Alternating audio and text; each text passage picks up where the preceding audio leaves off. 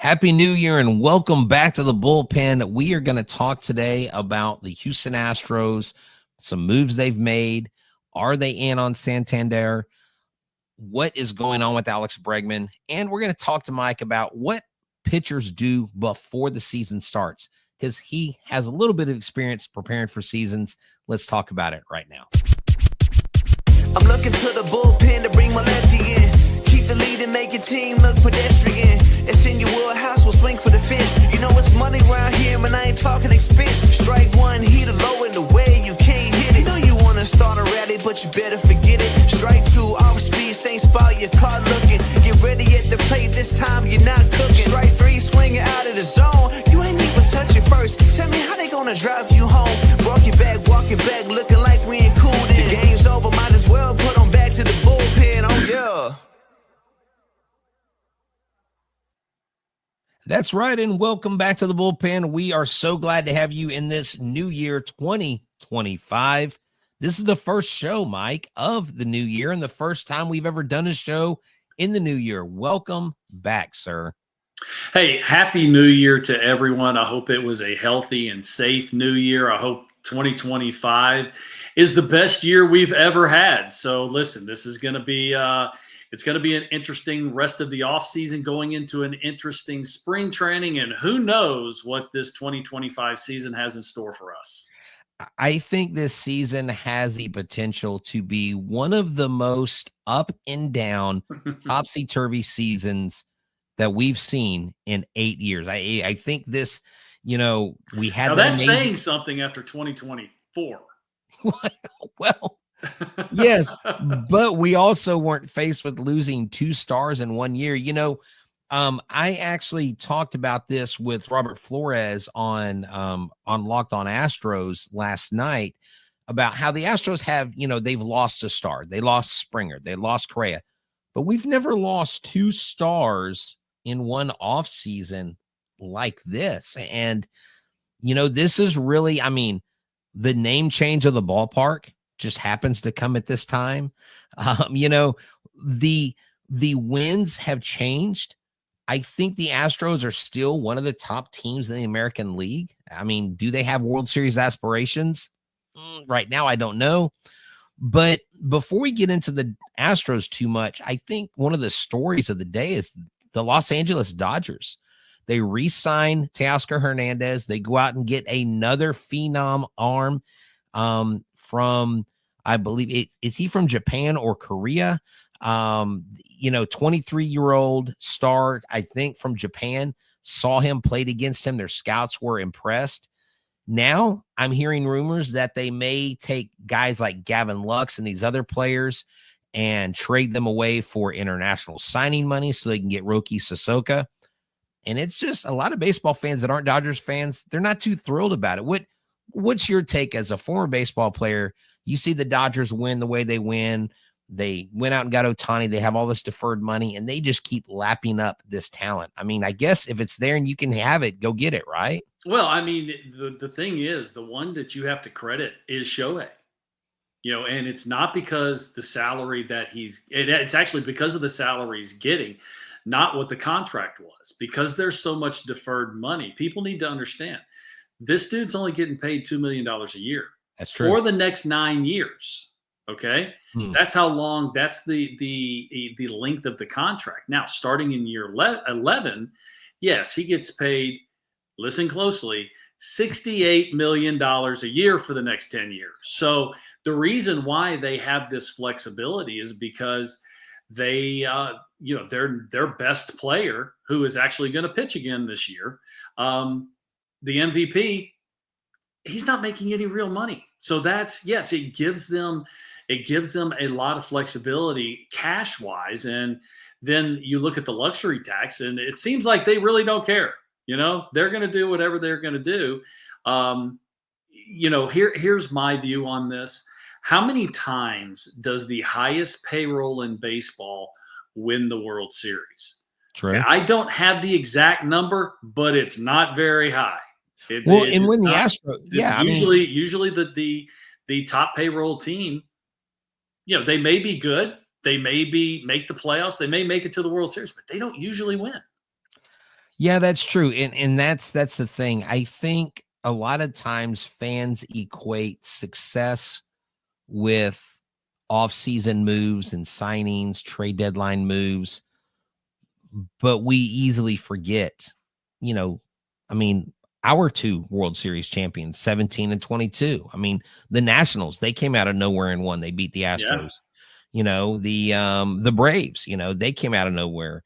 But it's just you're right, it doesn't equal success, but I think I know for me from a fan perspective, it's kind of like it's just kind of annoying. It's kind of like if you're not a Patriots fan, like you don't like that Patriots run.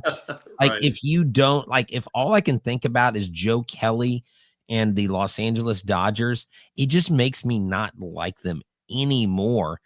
But But at the you know end of what, the day, Brett, that's a good thing. That's a good thing. We need villains in baseball. oh, true. I mean, the Astros have been villains for the long for Yeah, several years.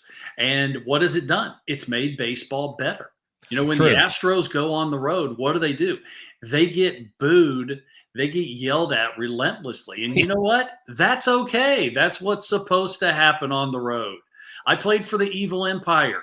Everyone hated the Yankees. They loved them to come in town because we sold out every venue. Right. And why? Because we were good. We'll say it. We were cocky. We backed it up, and everyone loved to hate us. That's okay. That's what your opponent. That's how you're supposed to feel about your opponent.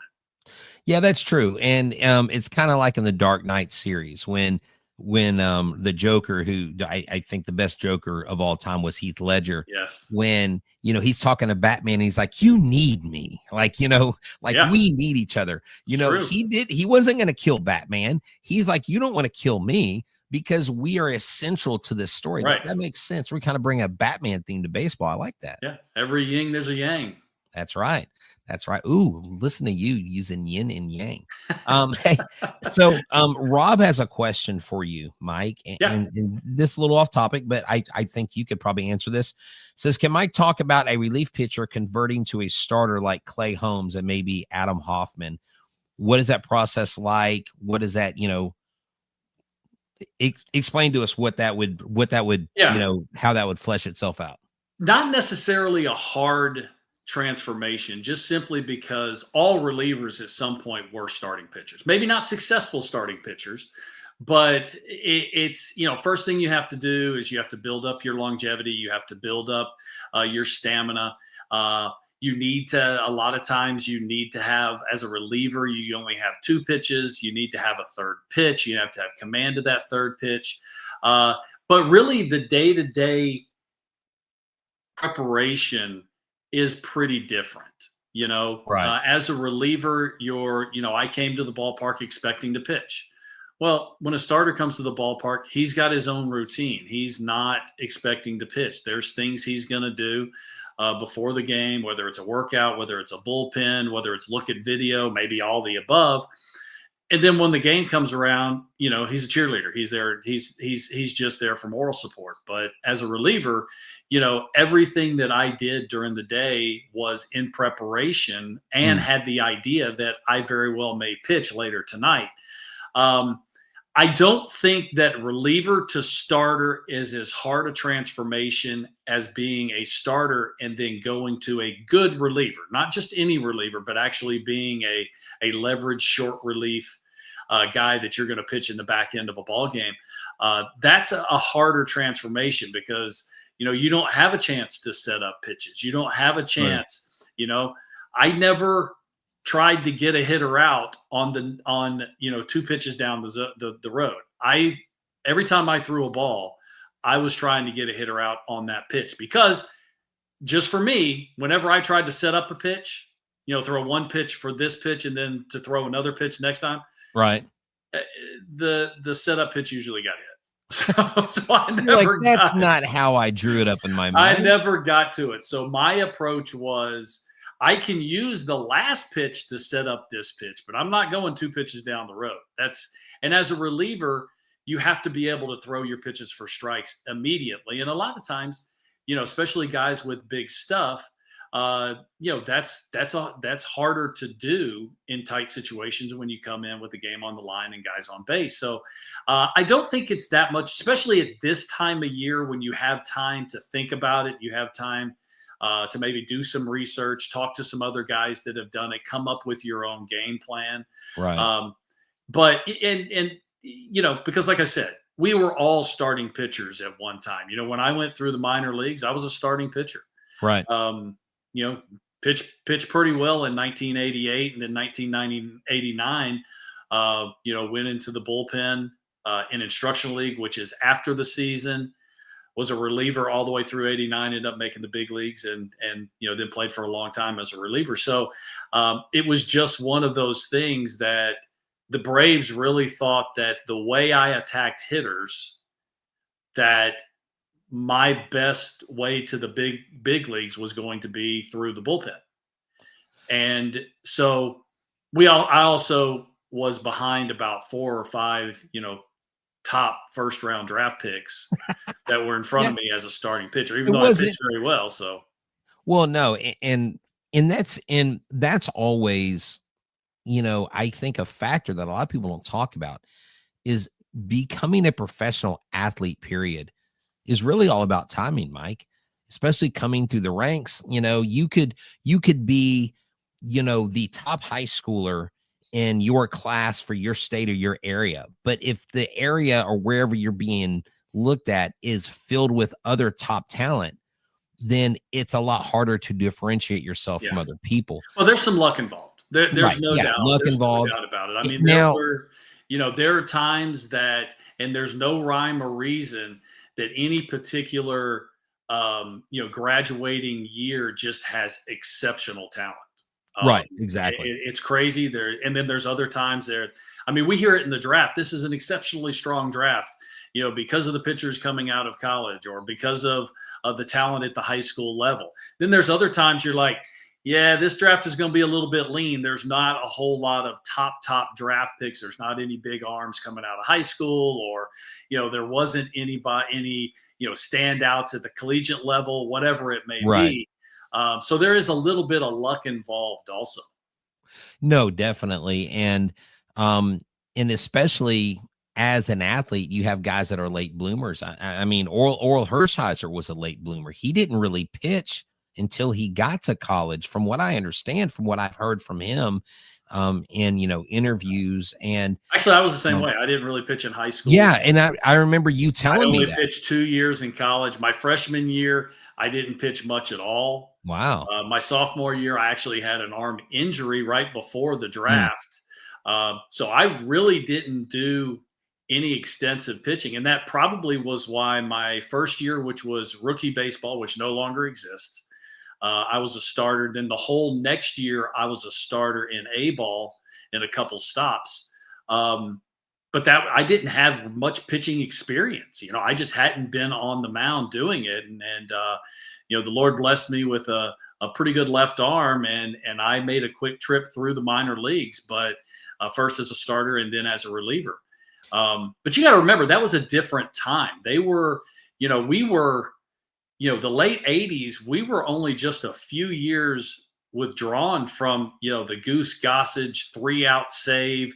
It was just, late 80s, early 90s was when the emphasis on relievers, not just closers, but just relievers, really started to materialize. Well, I remember, I think the earliest relief pitchers that I really remember are guys like Lee Smith and Brett Bylevin. That's going to be early 80s, mid 80s. Yeah. So, and I remember, that was, starters typically went 9 innings. Starters would go 8 innings. They actually went. The crazy thing is, even by the time I got into the big leagues, late 90s or late 80s, early 90s, starting pitching was already started to make the transition. You talk to starters, even guys like Roger Clemens, when, getting to the big leagues in the mid 80s,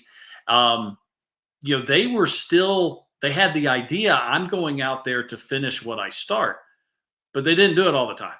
Yeah. In the 70s, they did it all the time. And the relievers were just starting pitchers that couldn't start anymore. There wasn't any emphasis other than a closer on, and that's why, a lot of times the non-closing relievers back in the 70s weren't really young guys. They were mostly, older guys because, they had already been in the rotation and now they had been delegated to relief. It wasn't until the late 80s and then the early 90s is when it really exploded that, closers became, one inning pitchers. Right. Yeah. And then starting pitchers just slowly started pitching less and less and less innings. And then there were outs in the the back third of the game. There were outs that needed to be covered. So with that transition being made, Rob kind of follows up with this. He says, should the Astros go all in on relievers since starters appear to be more suspect? Guys like Hoffman, Tanner, Scott, guys like that. I mean, we did get one relief pitcher, signed him to a minor league deal, $1.5 million. Castro. We can talk about his Miguel Castro. Yeah. Yeah. Is that where baseball really ultimately is headed? Absolutely. All you have to do is look at salaries. True. You look at salaries, you look at guys, the real setup men, not the non-closers. I mean, these dudes are getting paid like closers from, as early as maybe 4 or 5 or 6 years ago. And what does that mean? That just shows how important those, because now you're looking at, if a starting pitcher throws 180 innings, he's a workhorse. It wasn't that long ago. Guys like Roy Halladay were throwing, 250, 260 innings. Yeah. And now that is unheard of. I mean, really, you don't really have all that many 200 inning pitchers anymore. So there is a whole bunch of outs in the middle of the game that have to be gotten to get to your closer. And what's baseball has figured out is those outs are just as important as the outs at the beginning of the game and just as important as the outs at the end of the game. Yeah, it's, the game has really evolved. And, I think it's when you say 1989, I'm thinking I was a freshman in high school when you were starting your big league career. I was only 22, so it wasn't like you were young. No, right. And I was going to say it wasn't that you were that much older than me, but man, I don't know. Sometimes hit me weird. And I guess I'm thankful for him because in 1989, if you would have told me that I'd be on a podcast with a major leaguer at the time, some 20 something years down the road, I'd be like, what are you talking about? I'm not. What's a podcast? What's the internet? What's a podcast? The internet. Mike, I remember getting the internet when I was a sophomore in college, and we were like, wow, cell phones were the size of a briefcase. Oh, I remember sporting my dad's cell phone. Uh-huh. He let me drive his 4Runner to the Astrodome, to go watch an Astros game. He was like, don't use my cell phone. It's $4 a minute. Oh my gosh. Oh, I can remember my first car phone. I thought I had hit the lottery. The crazy thing is it never worked. The reception. Didn't get a signal. The reception was Did you ever have Houston Cellular? No, I did not. Or Singular? No. Oh yeah, I went through those. Yeah, we had Houston Cellular, and I would have that big white phone driving my dad's 4Runner, just thinking and I just knew I remember seeing pictures of my father-in-law carrying his cell phone around, and you think, it's case? Portable. Little case, nothing. It weighed about 15 pounds because it was all battery. It's like carrying around a car battery. That's the worst. Oh my gosh, that's so funny. So we're talking about pitchers. Before we move forward, we do have to mention our sponsors. Backs of the Bullpen t-shirts can be received only at Ram Shirts. Go follow Mark at Ram Shirts on Instagram. He's trying to hit 3,000 subscribers.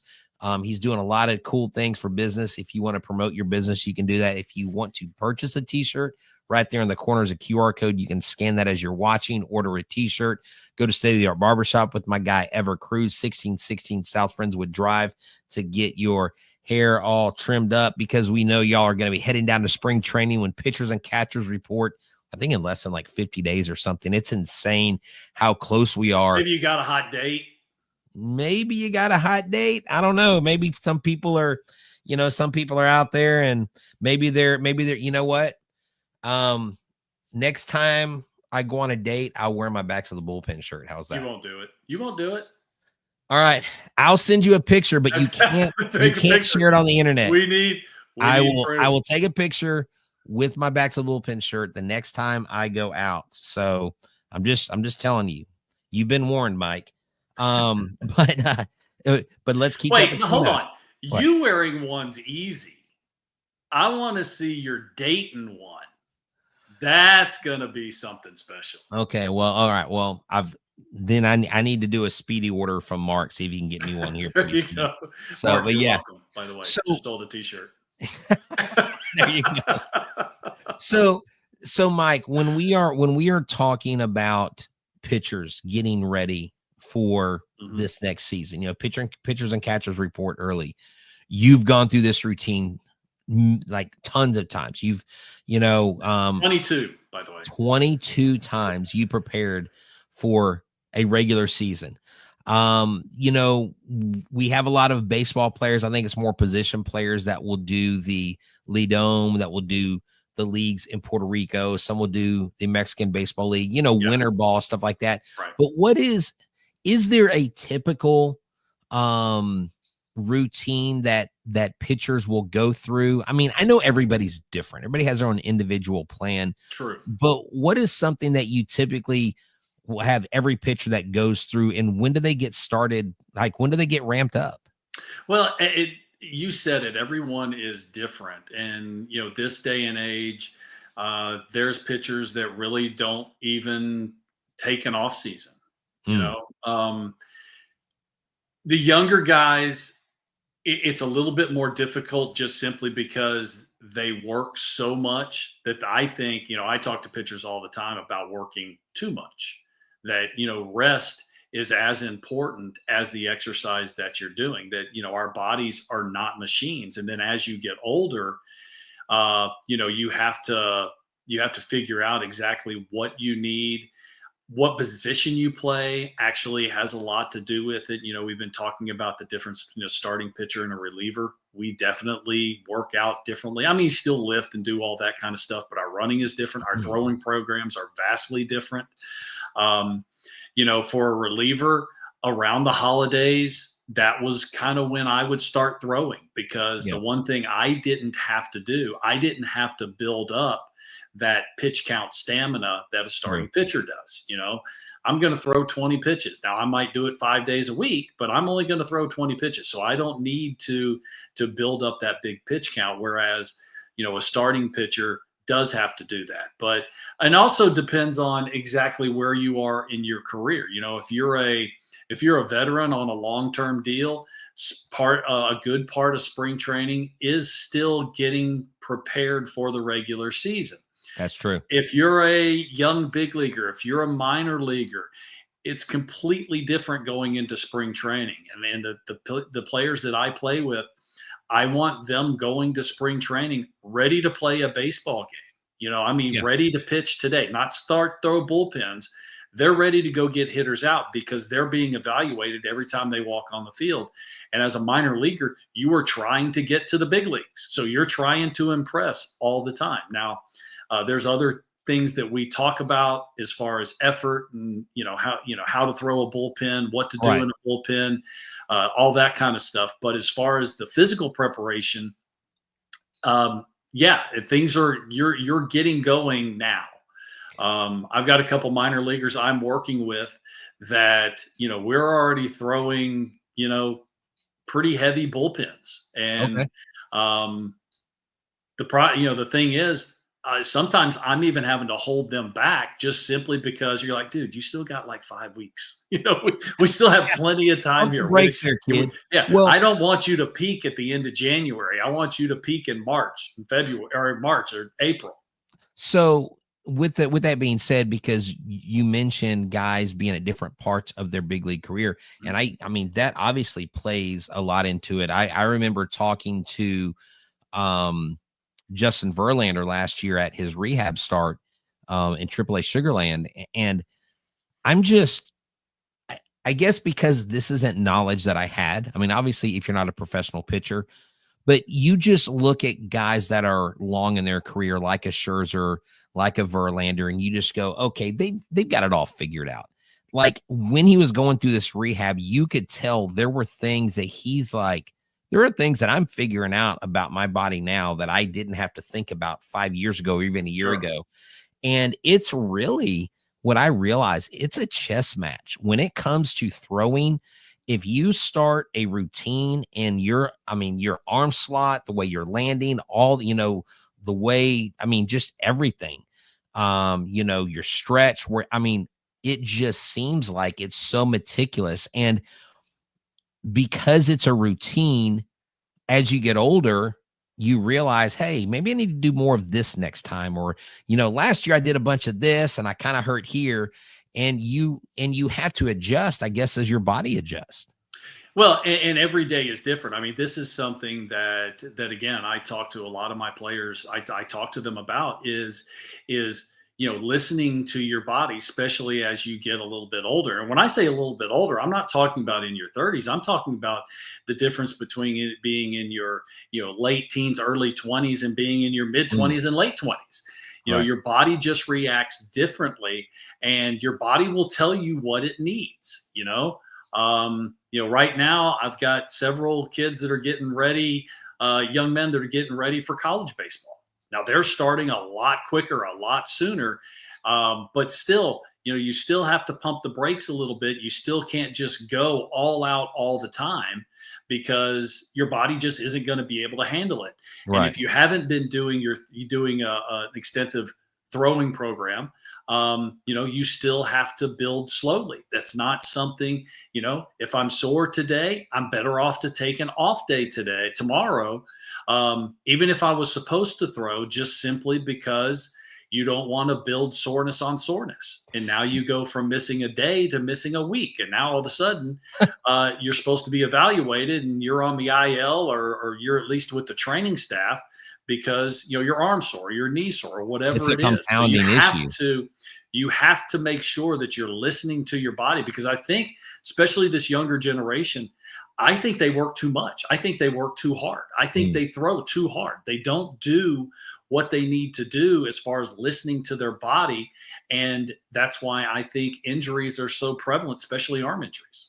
And I was talking to a current D3 pitcher who pitches locally, and he said, "Look, I've thrown for the Red Sox, I've thrown for the Reds, but I've got a buddy who's being looked at a little bit more highly, because he's topping out at 96, 97, where I'm topping out at 93, 94, but I've got good command, but because he's got those 2 or 3 miles per hour, the teams are automatically almost like going to him first."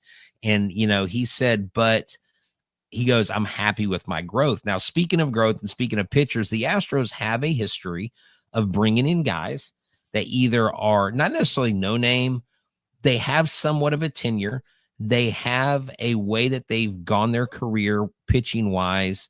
Maybe they have command issues. Maybe they're like high spin rate guys, but they haven't had a ton of success. Yeah. They bring them in and they make the most of them. They just recently signed Miguel Castro, who's been in the league since, he's been in the league 10 years. So he's not, he's been around a while. Last year didn't have a great year, ERA wise, inning wise. He didn't pitch that much. But what do we know about Miguel Castro? And is this just another project that, it's low risk, high reward for the team? Yeah, they're not paying him a big baseball salary. They're still paying him a lot of money, but it's not a big baseball salary, and there's a minor league contract.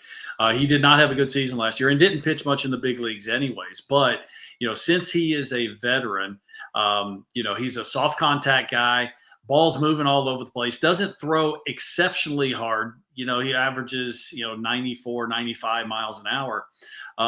but good two-seam fastball. He gets some ground balls. Has had swing and miss in the past, but it's not a big swing and miss guy. It's more about the soft contact. And yeah, this is one of those things that the Astros just need depth. Yeah, you hope he can figure it out. There's not a whole lot of pressure on the Astros as far as they need him in the bullpen. They need him to pitch leverage innings.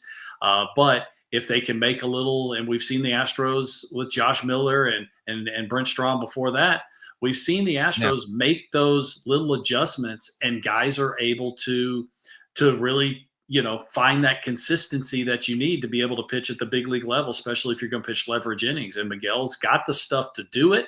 It's just a matter of getting the repeatability of the delivery, and then finding the command, put the ball where he wants to get the soft contact more consistently.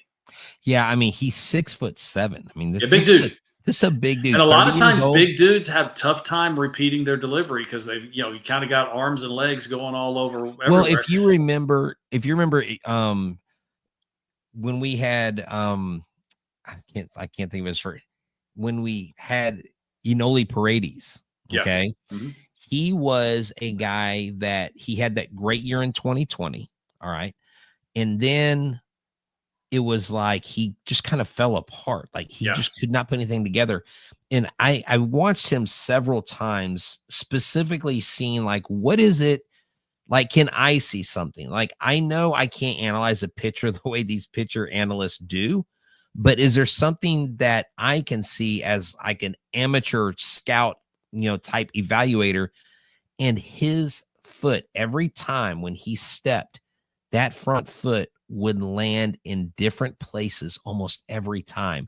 Sometimes he would throw across his body. Sometimes he would throw straight down. Yeah. And it was, he was so herky-jerky. And I think there was something about there not being fans in the stands that I think he really connected with, because he was masterful in 2020. And then Enoli was not there after that. And so, yeah, when you don't have a repeatable delivery, that makes it definitely difficult. Oh, it actually makes it impossible. Because ultimately, what is the last thing that you have to repeat? And I just had a couple conversations today about just this very thing. The last thing that you have to repeat in order to know where the ball's going is release point. The problem is, from the top of your head to the bottom of your feet affects release point.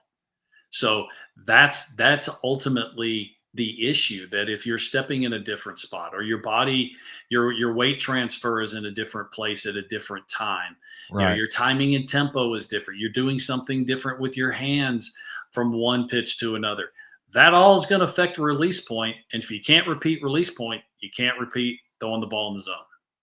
So one more thing I want us to talk about before we go, and I don't really know that it's a possibility, but Santander, it seems like the Angels and the Blue Jays are really the first two teams. Ari Alexander tonight has reported that the Astros are unlikely to sign him. I know Chandler Rome has never been convinced that they were going to sign him. Yeah. And, I try to pick up on stuff that's out there. Who's saying what? Hector Gomez said yesterday that the Astros could be the one team that disrupts or keeps the Blue Jays from signing him. And of course, Blue Jays fans are like, well, if it says the Blue Jays are in on him, it just means there's another team that's about to sign him. That means they're going to be in second place. That's right. That's right. Yeah, the Blue Jays wouldn't scare me for anybody. The Blue Jays are having a horrendous time trying to get players to go north of the border. They are. The taxes are bad. The travel. Now, it's not necessarily long travel, but having to go through customs every single solitary time you go on the road, every single solitary time you come home. Those are all things, and believe it or not, it's not just about the dollar value. They've been on several of these top flight, end up being big contracts, players, but they just can't get anyone to sign on the dotted line. So, I don't, and to tell you the truth, they're having a tough time that Vladdy Jr. is a free agent at the end of 2025. they're trying to get him to sign. They've been trying to work on a contract extension with them, and they haven't been able to get it done. Now, okay, and this is a question completely out of left field, because I've always wondered this, because I've heard that for a while. I know growing up, my grandmother's from Canada originally. She loved the Blue Jays. Okay. She actually never even was a fan of the Expos, even though she was closer to Montreal. She was just always a big Blue Jays fan. She always talked about, she's like, I really wish the Blue Jays would play the Astros so we could know who's number one, because that would be, back then there wasn't interleague play. Yeah. Is there any chance that Rob Manfred or Major League Baseball would consider moving them out of Canada, or are they always going to be there just because that's their one team north of the border outside of the country? No, I don't ever see them. To tell you the truth, they're trying to bring back the Montreal Expos. I mean, Really? I've done a couple interviews on MLB Network Radio over the last couple of years about them trying to bring back a team in Montreal, and actually Wow. they have a stadium. They have the funding to build a stadium in downtown Montreal. Interesting. That was one of the problems, because the Big O Olympic Stadium was just a nightmare. It was in a bad, not a bad part of the town, but just hard to get to. The stadium was falling apart. It was, just a bad situation. But as far as Toronto, no, I don't see the Blue Jays ever leaving Toronto. Okay. I mean, first off, they've got a whole country behind them. True. They've got a very, even though it's getting a little bit older, the Skydome, Rogers Center, whatever you want to call it, still a very nice stadium right there in downtown Toronto. And I'll tell you what, when they are a good team, yeah, that fan base comes out in droves. I mean, I think they have drawn over 4 million people a couple different times. Wow. And had a long sellout, I think through the early 90s, a long sellout streak. So when that's a good team, man, that fan base really comes out, and that's a tough place to play when that place gets loud. Yeah, that's awesome. Yeah, I just wonder that from time to time, just because I hear about it, how difficult it is with the customs and stuff. You'd think that they would be able to figure out some sort of sports visa. But you know what? It goes. You would think they would be able to work something out. But, yeah, it's like, come on, man. I don't think the Canadian government is as well. We just won't go there. Right. Yeah. Oh no, trust me. I look. I know. I actually have relatives I haven't spoke to in some time, but trust me, I've heard the conversation. I actually have a friend who played 2 years of college football in Canada, then came to America, played 2 years. He actually ended up playing with Jesse Palmer when Jesse Palmer was in college. He's a commentator now. He's more known for his commentating stuff than he is for his football. But this has been a good conversation, Mike. We've still got some things. I think the Astros will probably still make some moves. Sure. They're not done yet. Now, they may not make any more big moves. You did mention Bregman. It doesn't, tell you the truth, Alex might be in a little bit of trouble.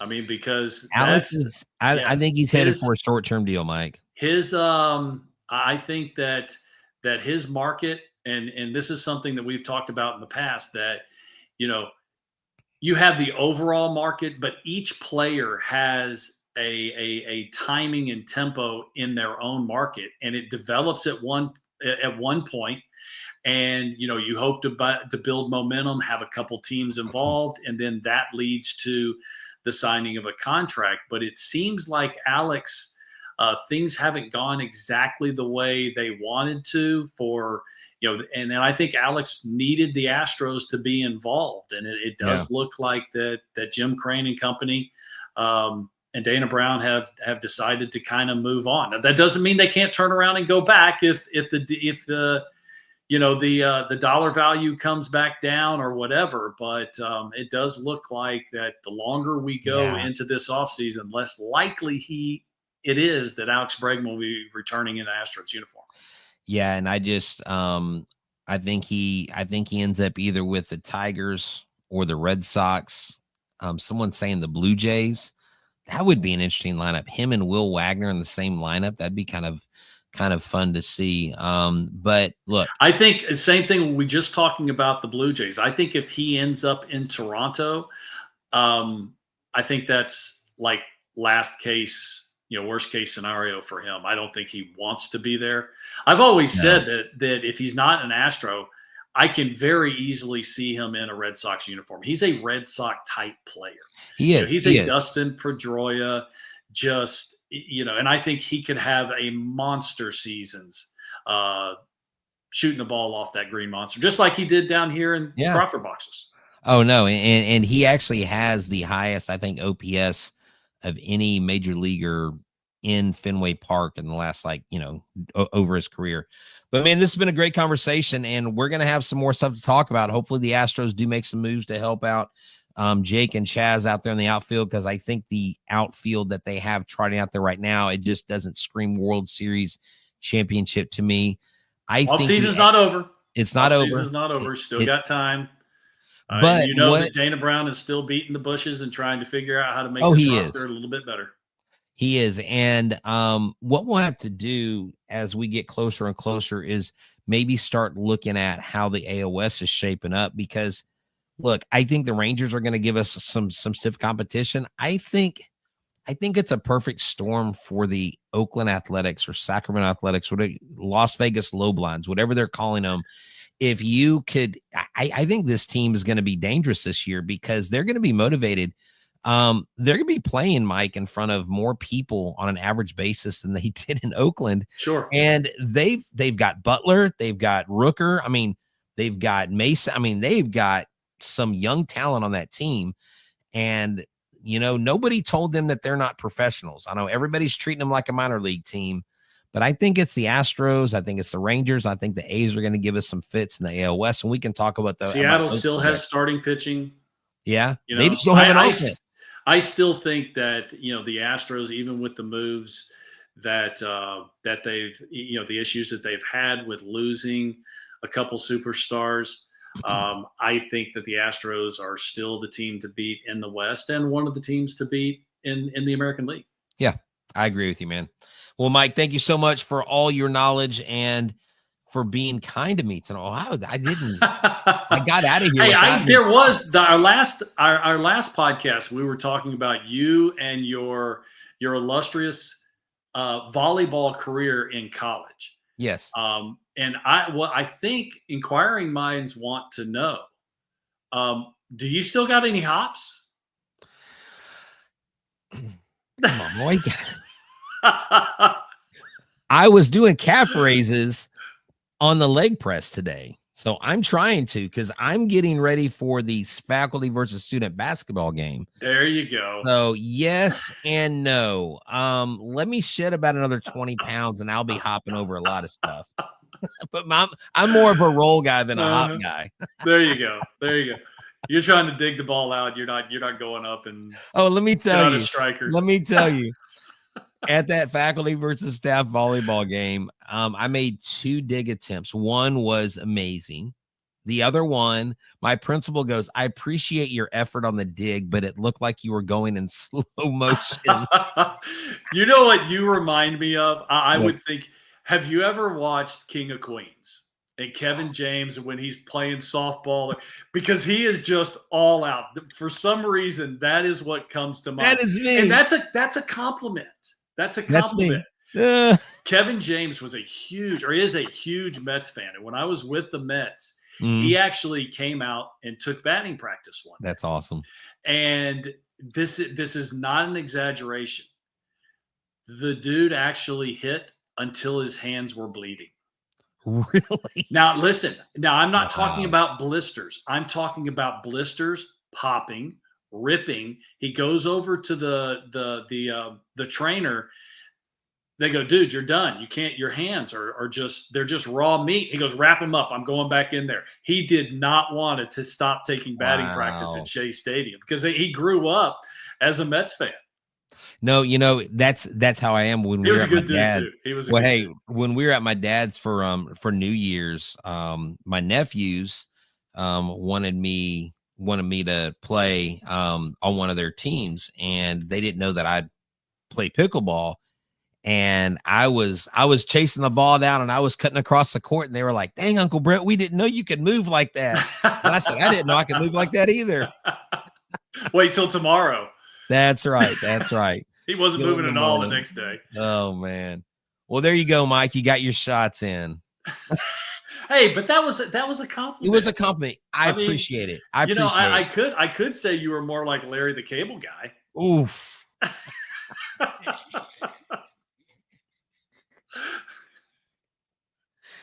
Oh Jesus! All right. Well, hey, this has been a great show. Good times. Good time. Yes, sir. No, we'll be back soon, and you're going to start seeing us more often as we get closer and closer to baseball season. So y'all hang in there. Help us get to 1,000 subscribers. We got 210 of y'all now. We got people watching us on X, on Instagram. We appreciate y'all. You guys are the real MVP. Yes, so from myself and everybody here back to the bullpen, y'all have a good one. We're out. Adios.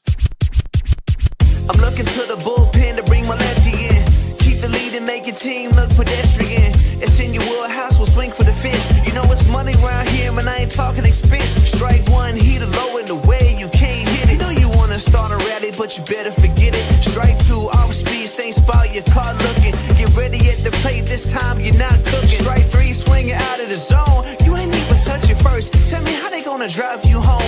Walking back, looking like